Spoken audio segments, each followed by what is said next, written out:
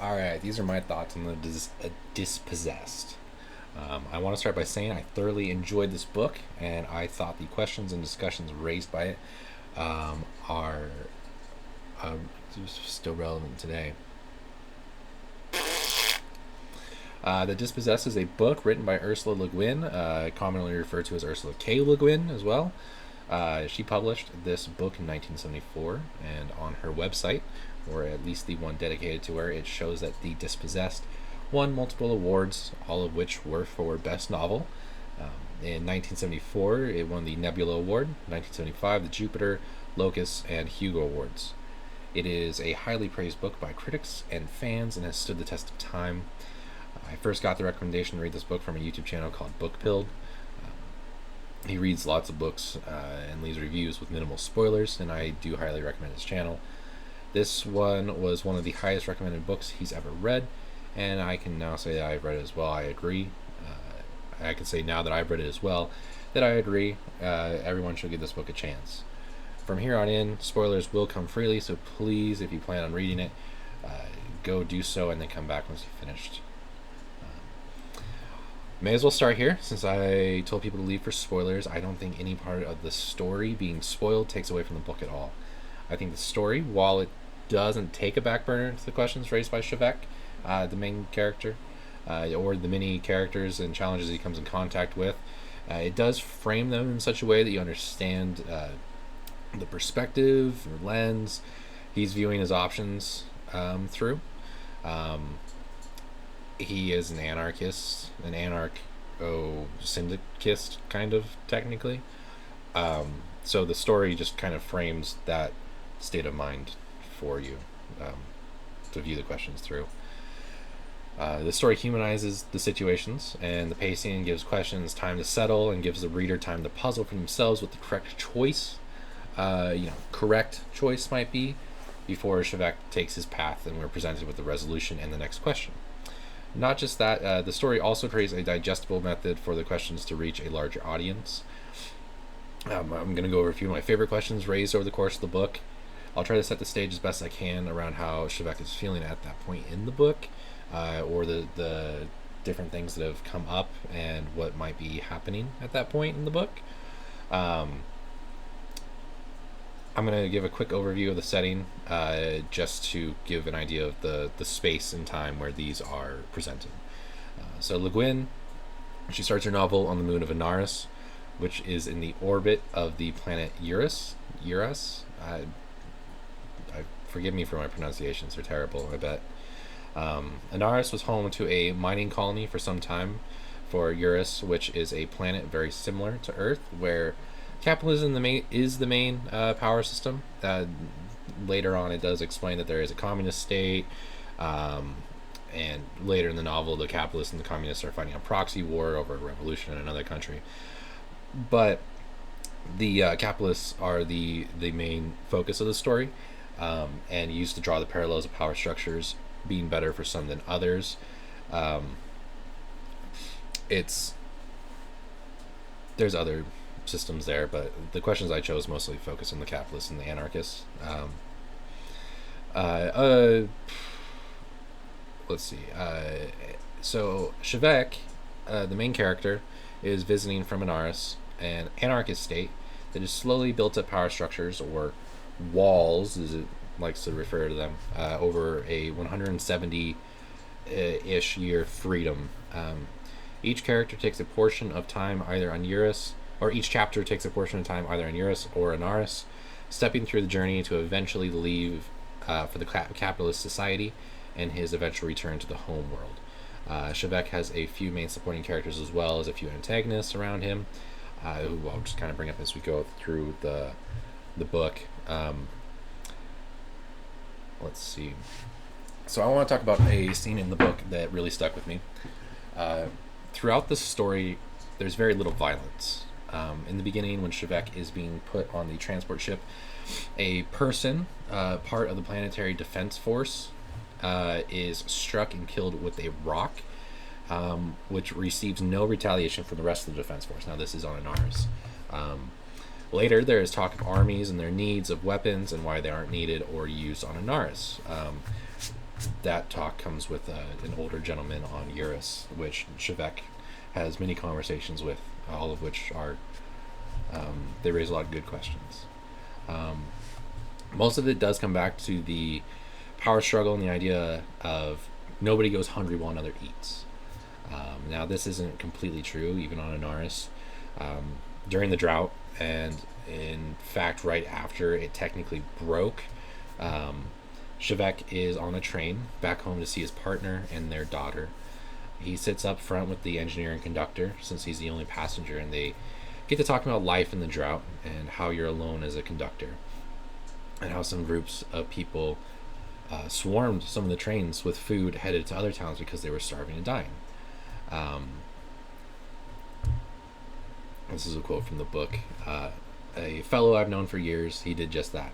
They tried to take a grain truck off his train. He backed the train, killed a couple of them before clearing the track. They were like worms and rotten fish. Thick, he said. There's 800 people waiting for that grain truck. And how many of them might die if I don't get it? Or if they don't get it? More than a couple. A lot more. So it looks like he was right. But I can't add up figures like that. I don't know if it's right to count people like you count numbers. But then what do you do? Which ones do you kill?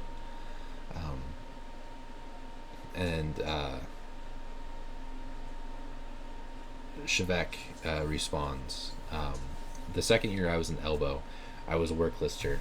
The mill syndicate cut rations. If they were sick or too weak to work, they got half. On half rations, you couldn't get well. You couldn't get back to work. You might stay alive. I was supposed to put people on half rations, people that were already sick. I was working full time, 8-10 hours sometimes, desk work, so I got full rations. I earned them. I earned them by making lists of who should starve. The man's light eyes looked ahead into the dry light. Like you said, I was to count people. Now that's the conductor again. Now that's wrong. That's dead wrong. They should have shut the mills down. You can't ask a man to do that. Aren't we Odonians? A man can lose his temper, all right. That's what the people who robbed trains did. They were hungry. The kids were hungry. Been hungry too long. There's food coming through and it's not for you. You lose your temper and go for it. Same thing with the friend. These people were taking apart the train he was in charge of. He lost his temper and put in reverse. He didn't count any noses, not then. Later, maybe, because he was sick and seen what he'd done. But what they had you doing, saying one lives and one dies, that's not a job a person has a right to do, or ask anybody else to do. I thought this conversation shows just how much the Odonians, which are what the anarchists call themselves, the founder was Odo, or Odo, so they call themselves the Odonians. But it shows just how much they care for each other's lives and realize how much they live on the brotherhood and goodwill of everybody else. It's one thing to kill in a fit of rage, a crime of passion. It's another altogether to make that decision stone cold sober, or even to, even the guy realizing afterwards what he'd done, he didn't feel good about it. So later, when Shevek leads a kind of a revolution, or he helps spark it, he refuses them weapons. And I think that this scene is important in understanding why he does that, because he understands that killing somebody might be a crime of passion, and he doesn't want this revolution to be seen as a in the moment crime of passion. He wants it to be seen as a calculated and thought out plan that the people truly want, rather than just the whim of the nation. Another theme within the book, once the drought starts. The drought's a fairly big deal for asking some of the more philosophical questions. But once it starts on Anaris, Shevek believes people are drawn together more by suffering than by love. This is something that comes up while on Anaris. It gets shown on Eurus in a really beautiful transition. On Anaris, Shevek realizes that it is our suffering that brings us together. It is not love. Love does not obey the mind and turns to hate when forced. The bond that binds us is beyond choice. We are brothers in what we share. In pain, what each of us must suffer alone. In hunger, in poverty, in hope, we know brotherhood. His realization is important for him in the story to help him come around on what anarchy is and how society can still function with anarchy. And more importantly, the walls of power that have grown up around him for the fear of suffering and what Odo and the founders went through to eventually move to the Dust Bowl moon. He later says the sunlight differs, but there's only one darkness. And I think this quote embodies the Eurus Revolution and how he sees the poor folk on Eurus. His feelings of solidarity with them and their feelings of solidarity with the moon people. I think the sunlight is a straightforward metaphor for happiness, and the darkness represents pain, plight, and everything that Shevek believes brings us together. The greatest happiness Shevek knows on Anaris is being with friends, family, and working in the fields, and experiencing that solidarity involved in each one of those tasks. The greatest happiness perceived on Eurus is the ultra rich who throw parties and who eat what they want and have servants who bring it to them. And the lowest lows are starvation and death and the crushing weight of power from those above. And the contrast between those two makes it so much starker on Eurus. There's a higher presence of tension compared to Anaris. Everybody who's suffered knows it's miserable and wants only, to no longer be in darkness. The darkness is really well shown in this passage with Efor. He's a manservant who tends the Shevek during his time on Eurus, where he explains the pain and suffering him and the others have gone through at the hands of the elites. When he's describing the hospitals, he calls them dirty, like a trash man's asshole. His kid died in one. There's holes in the floor, big holes. The beams show through. He says it's because it's an old building. It's been a hospital for 600 years. The establishment of the divine harmony for the poor is what it's called. But he calls it an asshole. His daughter, like I said, died there. And he asks some questions. He says nobody's ever out of work on Anaris, is there? Or are they? And Shevek says no. Nobody goes hungry. And he clarifies, nobody goes hungry while another eats. But we have been hungry. We have starved. There was famine, and I know a woman who killed her baby because she had no milk. There's nothing else, nothing to give it at all. It's not all milk and honey on Anaris. And Efor says, all the same, there's none of them there, the owners. So I just want to highlight that point where he thinks it's so much better on Anaris, despite knowing a lot of the same pains, because there's no owners there. The institutions for the poor are disgusting, and the poor are bonded in their suffering, while the owners don't feel these hardships, and they stay well fed and well cared for. The rift between those classes causes the lower class to be really well bonded, and the upper class is seen as the darkness they need to get rid of to get to the light. So F4 sees suffering as something that's going to happen. It's going to happen. But the good part is F4 recognizes that a lot of their suffering is caused needlessly.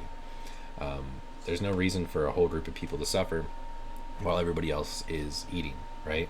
He gets to see these people on the top live a beautiful, wonderful life, and he has to sit at the bottom and suffer. So it makes sense why he enjoys that so much, and he wants to live that life.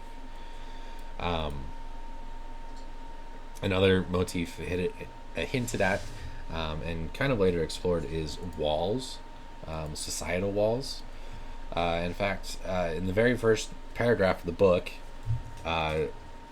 there was a wall.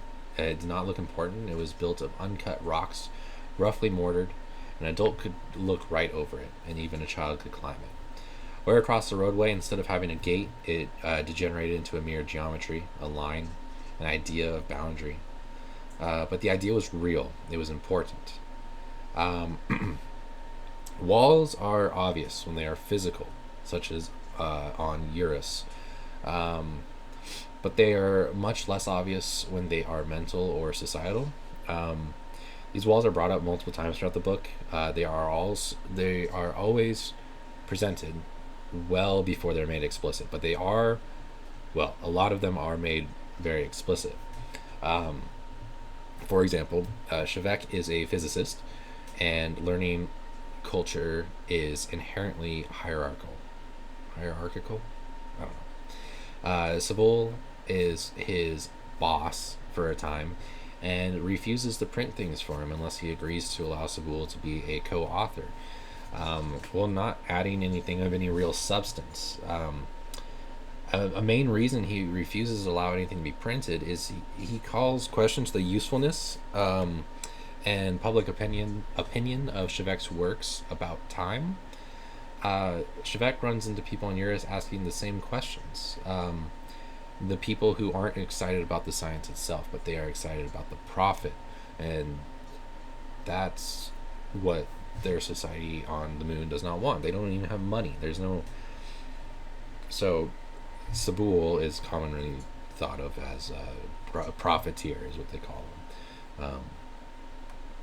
And the book presents these ideas as walls that need to be broken down in society, because good breakthrough work that changes the way we think won't be able to come through if we're so worried about keeping the status quo or how things are going to be profitable. The next part I'm going to talk about is a few things that Le Guin writes about that I either would love to see implemented or I do see implemented in the world today. They do this thing where they work a different job every decade, which is a kind of their week. It's 10 days instead of 7. It's just a decade. I don't know. But they work a different job one of those days. So Sabul or Shevek works as a physicist 9 days out of 10, and then he goes and works in a field one day. And you don't have to do this work, but you sign up for it. I think not only would be doing a different job every 10th day be refreshing, but it would also kind of help instill that sense of respect for others in their work. It would help keep that sense of respect for others in their work. You see somebody who's really good at being a janitor, something a lot of people just don't respect, and you don't appreciate how good they are at their job and how efficient they are at their job until you try to do it and you fucking suck at it. And also, if it sucked and you had to clean up a bunch of stuff, you'd probably be extra tidy the rest of the 9 days to make that person's life easier, or if you got janitor duty again, to make your life easier. This is one of the things I would love to see implemented in our lives, just to kind of break up the monotony. Each of the characters in the book do things outside of work that fulfill them in ways that their work just can't. But they do have more time for this because they're actually thought of as crazy. It's funny. They comment how wild Shevek's partner is for working 8 hours a day at this place, which she doesn't have to, because she actually just loves her work so much, but everybody else is working fewer hours than that. Fighting for fewer working hours is something people are actively doing. It's not thought of as a real threat to the social order yet, but cutting work hours and letting people try different work once a week, you're going to be more productive at your regular job. And because you don't have to do it as long, you're going to have things to look forward to, and fucking Christ, after lunch you fall off anyway, so what's the point of still being there? Another thing I noticed today that we have already, at least in a fashion, they have their syndicates and we have our staffing agencies. The staffing agency in the Dispossessed is called the PDC, which stands for the Production and Distribution Coordination Group, Club, Get Together, Book Club, maybe? I don't know. We do have a lot of staffing agencies around today, and while they are a fantastic method for finding work, in the book they are mostly thought of as a method for people where once they want work, they can find work, and usually in a field and location that they desire. And you don't have to work in this society. You could not work a day in your life, and there's the walls in this book. People would judge you, but that's the idea of it. People are working because they want to work in a field and location they desire. Um, Later on, it is found that this group might be corrupt and working against some of the more anarchist groups, such as the syndicate that Chevek joins and founds, kind of for printing books later on, without the intellectual syndicates of the world having to approve. Um, I've personally had experience with both a very good and a very bad staffing agency, and this stuck out to me a bit more than I thought it would. Um, I think in an ideal world, more people might get hired by staffing agencies. It might help people get hired more based on their abilities rather than discrimination, conscious or unconscious, that the hiring manager might have. Um, but that's a bit of a pipe dream. Um, I hope I brought some insights to this novel and a starting point for reading Le Guin. She's got a lot of books, and I'm excited to start reading more of them. Um, I'm only just starting myself, and I really do hope her other works move me as much as this one did. I'd love to continue putting my thoughts down, not just for myself, but for those of us who didn't read it or wanted to hear what another reader thought of it. Um, and just a quick thank you to the website dedicated to Le Guin at ursulakleguin.com. I'll put all these in the description. And also another thank you to Goodreads. I was able to copy and paste a lot of my quotes rather than having to type them out or bookmark them, or a different method of using them or finding them. Um, I'm also going to link Bookpill's YouTube page down there, because it was his recommendation that made me give this book a go in the first place. Um, I've spent all week putting my thoughts about this novel down, to ensure that they just aren't tainted by other sources, and to try to make sure that they're just all my own. I'm excited now to go watch some videos and find out what other people have gleaned from this book. I'm sure I've only just scratched the surface. These were questions and stuff that came off the top of my head after I finished the book over, I don't know, it was like a week or two. I just kind of read it in my free time. So, yeah, I don't feel like you shouldn't read this book after this review. Like, go read the book. There's more to it. There's so much more to it. It's so good, and I'm not. So, yeah, I don't know. Bye.